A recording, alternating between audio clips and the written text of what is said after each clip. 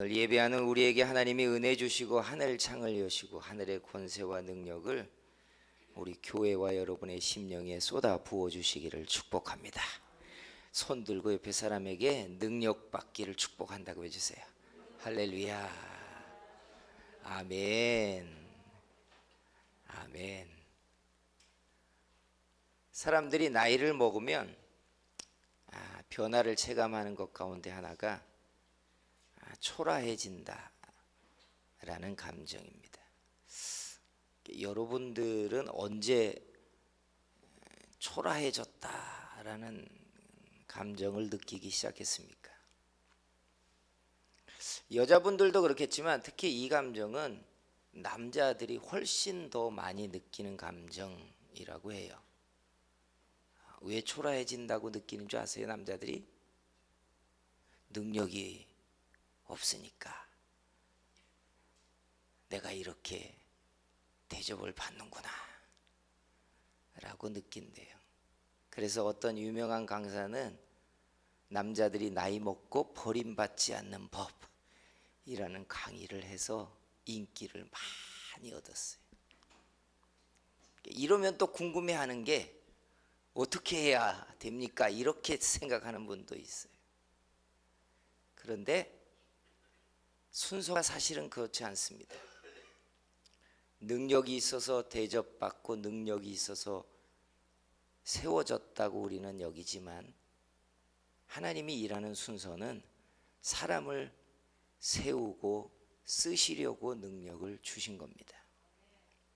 그래서 우리가 가지고 있는 능력이나 은사의 용도를 가만히 보면 그 사람을 쓰려고 세우기 시작하니까 그 능력이 나타났다는 거예요. 이걸 뒤집어 보면 능력이 없으니까 내려온 게 아니라 쓰임이 다하니까 내려온 겁니다. 내 역할이 끝나니까 능력이 사라지기 시작했다는 뜻이에요. 그래서 관점이 많이 바뀌어야 합니다. 그래서 주목해야 되는 게 뭐냐면 쓰임이 끝나지 않으면 능력은 사라지지 않아요. 그래서 옛 어른들이 이렇게 말했죠. 사명이 있으면 뭐 한다고요? 죽지 않는데요. 사명이 있는 사람은 그 사명 때문에 쓰임이 하나님께 있고 쓰임 때문에 은사와 능력도 사라지지 않는다는 거예요. 사랑하는 성도 여러분, 여러분이 주님 앞에 가는 날까지 주께서 여러분을 써주시기를 소원합니다.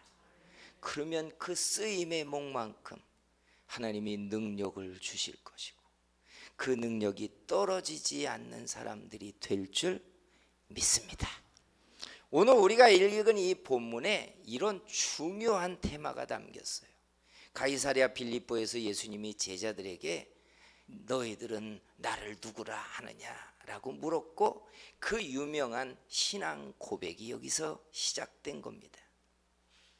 최초의 교회가 언제냐라고 하는 것을 신학적으로 학생들이 공부할 시즌이 딱 있어요. 그러면 교수들이 최초의 교회가 언제입니까? 라고 물어요.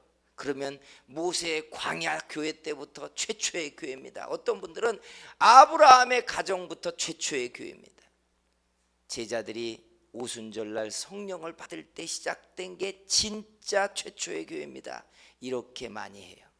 그러나 신학적으로 보면 예수님이 가이사랴 빌립보에서 신앙 고백을 받으신 후에 이 반석 위에 내 교회를 세우겠다라고 말씀하셨기 때문에 최초의 교회는 여기서부터 시작되는 겁니다.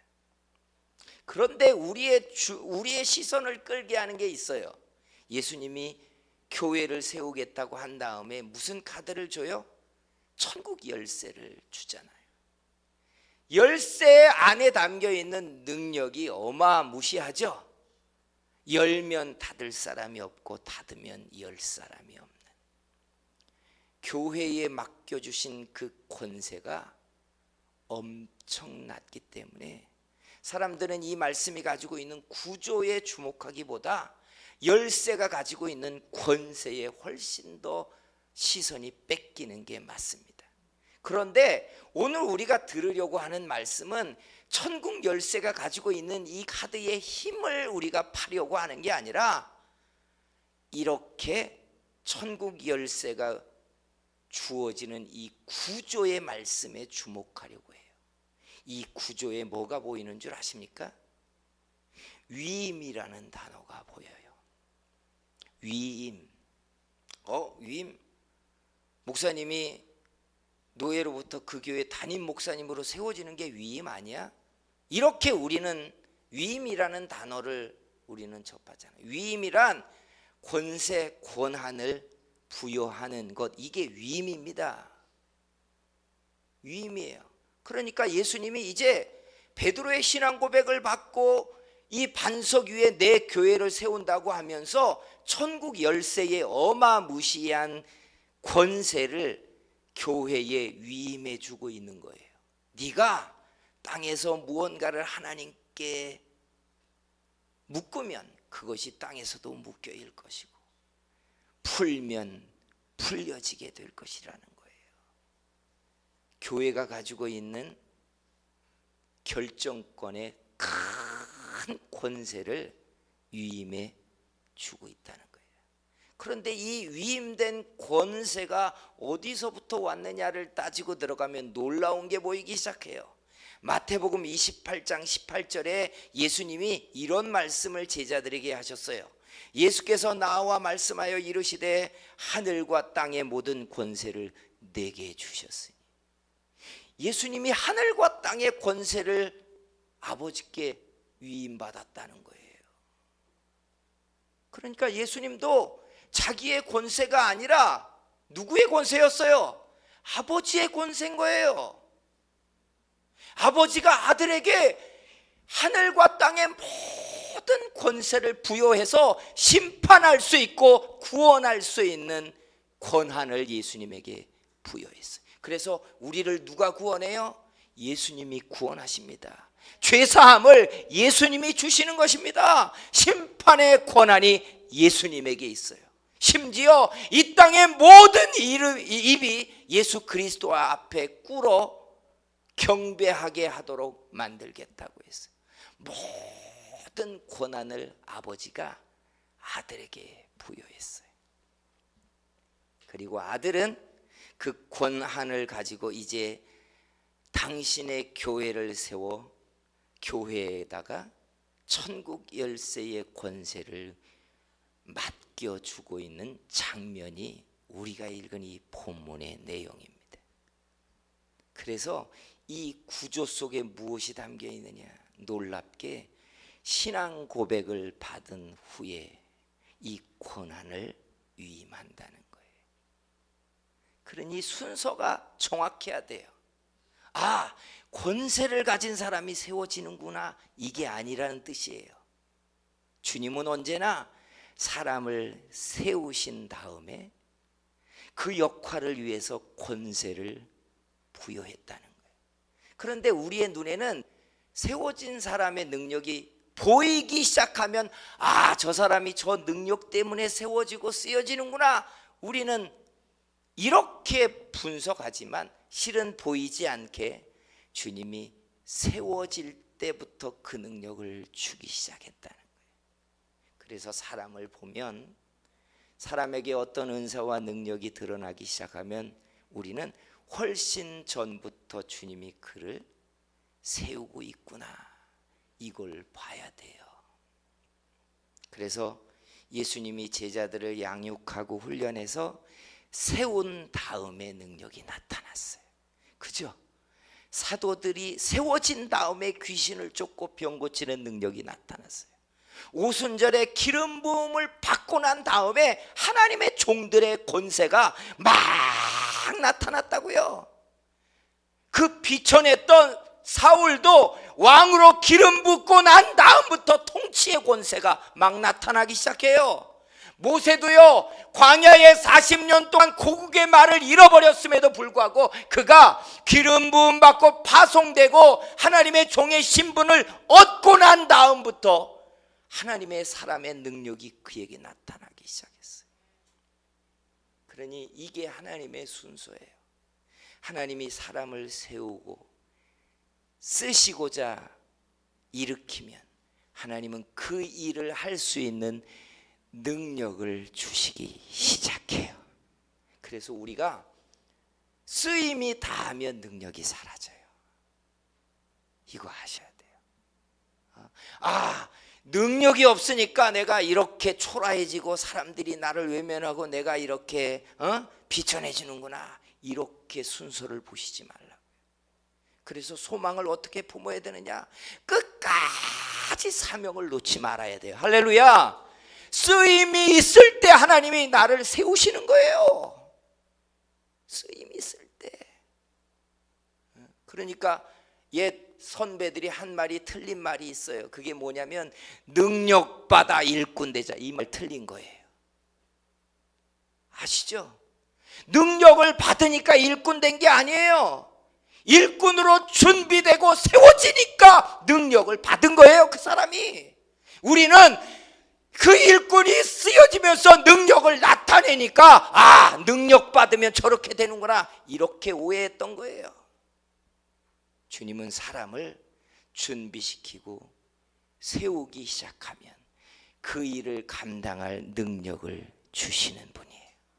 제자들을 그저 고기잡이에서, 농사꾼에서, 심지어 세리에서, 갈릴리의 범인들이었던 사람들을 불러다가 양육하고 훈련하고 가르친 다음에 사도로 세우시고 나니까 주님은 교회의 지도자들의 권세를 나타내도록 능력을 주기 시작했던 거예요. 성도 여러분, 사명이 끝나면 능력을 가지고 있는 게 거추장스러워집니다. 세상에 가장 불편한 게 무엇인 줄 아시죠? 가장 비도덕적인 게 뭐냐? 목적이 없는 돈을 사람이 크게 가지고 있으면 비도덕적이 돼요. 쓰임이 없는 능력을 가지고 있는 사람들이 여러분 얼마나 무가치한지 아십니까? 용도가 없는 예리한 칼을 차고 다니는 사람들이 무서운 거예요. 근데 용도가 있고 쓰임이 있고 목적이 있는 능력이면 아무 상관없어요. 아무 상관없어요. 뛰어난 지식이 사람을 깨우치고 일으키고 살게 하고 풍성하게 하는 목적으로 쓰이면 그 지식이 아무리 뛰어나고 크게 가지고 있어도 사람들은 두려워하지 않아요. 유익하다고 생각하죠. 많은 돈을 누군가가 가지고 있어도 그 돈에 목적이 있고 쓰임이 있고 사명이 있으면 그 부를 사람들은 욕하지 않아요. 욕하지 않아요. 이게 의미가 없을 때, 사명이 없을 때, 사명이 없는 사람들이 능력을 가지고 있으면 이게 불편해지는 거예요. 이게 불편해지는. 그래서 순서가 있어요. 능력보다 세워짐이 먼저입니다. 능력보다 훈련이 먼저입니다. 능력보다 하나님이 사람을 일으켜 머리를 들게 하면 하나님이 거기에 맞는 권세를 부여하는 줄 믿습니다. 그래서 사람이 가지고 있는 능력의 크기나 종류는 그 사람이 가지고 있는 역할과 사명을 드러내는 표상이에요. 그래서 우리가 소망을 갖기를, 내가 능력이 없어서 작아지는구나, 능력이 없어서 이런 대접 받는구나 라고 생각하지 말아야 돼요.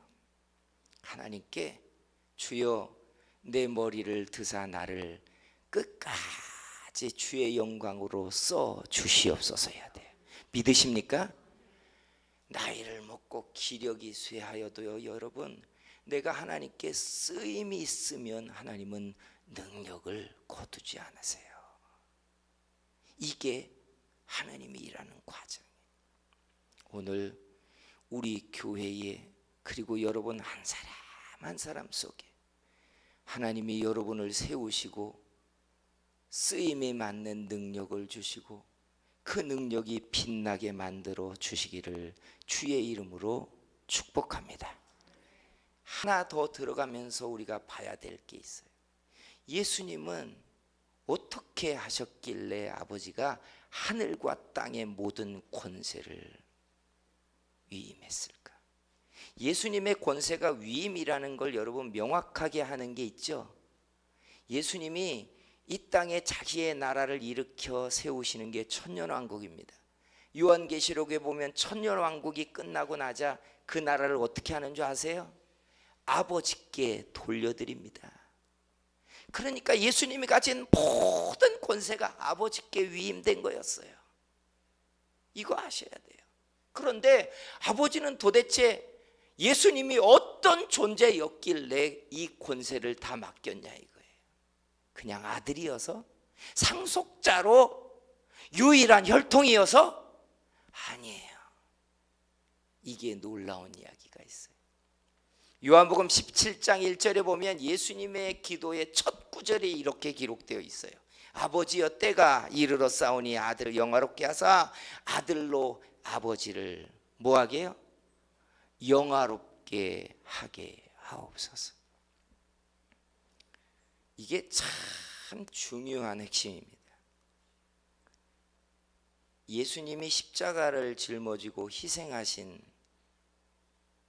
것이 내가 이렇게 함으로 아버지께로부터 이 땅의 모든 권세, 하늘의 권세를 아버지께로 얻을 것이다 라는 대가성의 희생이고 낮아짐이 아니라 예수님의 본심이 아버지를 영화롭게 하려고 낮아지셨다는 거예요. 그래서 빌립보서에는 그 유명한 말을 우리에게 해요. 너희 안에 이 마음을 품으라 곧 그리스도 예수의 마음이니 라고 하면서 예수님이 하나님의 영광이었으나 그 본체상 낮아지셔서 종의 형체를 입고 십자가를 져서 우리를 위하여 대속의 피를 흘리신 그 예수님의 마음을 우리에게 소개해요.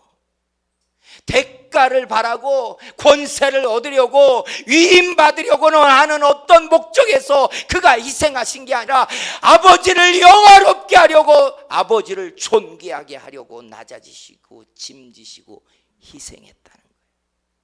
그랬더니 아버지가 그 아들을 높이시고 지극히 존귀한 이름을 주시고 하늘과 땅의 모든 권세를 아들에게 맡겨주셨다는 뜻이에요. 그러니 여러분, 아버지가 진짜를 보시는 겁니다. 아, 내가 이렇게 함으로 얻을 대가를, 내가 이렇게 하면 무언가가 내게 보상이 돌아오겠지라는 식의 중심이 아니라 진짜 아버지를 영화롭게 하려는 아들의 본심을 아버지가 아시고 그 아들을 높이셨다는 뜻이에요. 그러니 베드로가 지금 하고 있는 이 신앙 고백이 바로 이런 거예요. 어디서 배워온 말이 아니라는 뜻이에요. 주는 그리스도시요 살아계신 하나님의 아들이시니이다. 이 말을 하면 내가 정답을 치르는 거겠지라는 지식의 말이 아니라 자기가 아버지를 영화롭게 하기 위하여 종의 형체를 입고 이 땅에 낮아지셨던 것처럼 베드로가 진짜 신앙을 고백하고 있는 걸 예수님이 보고 있다는 뜻이에요. 진짜를 해야 됩니다.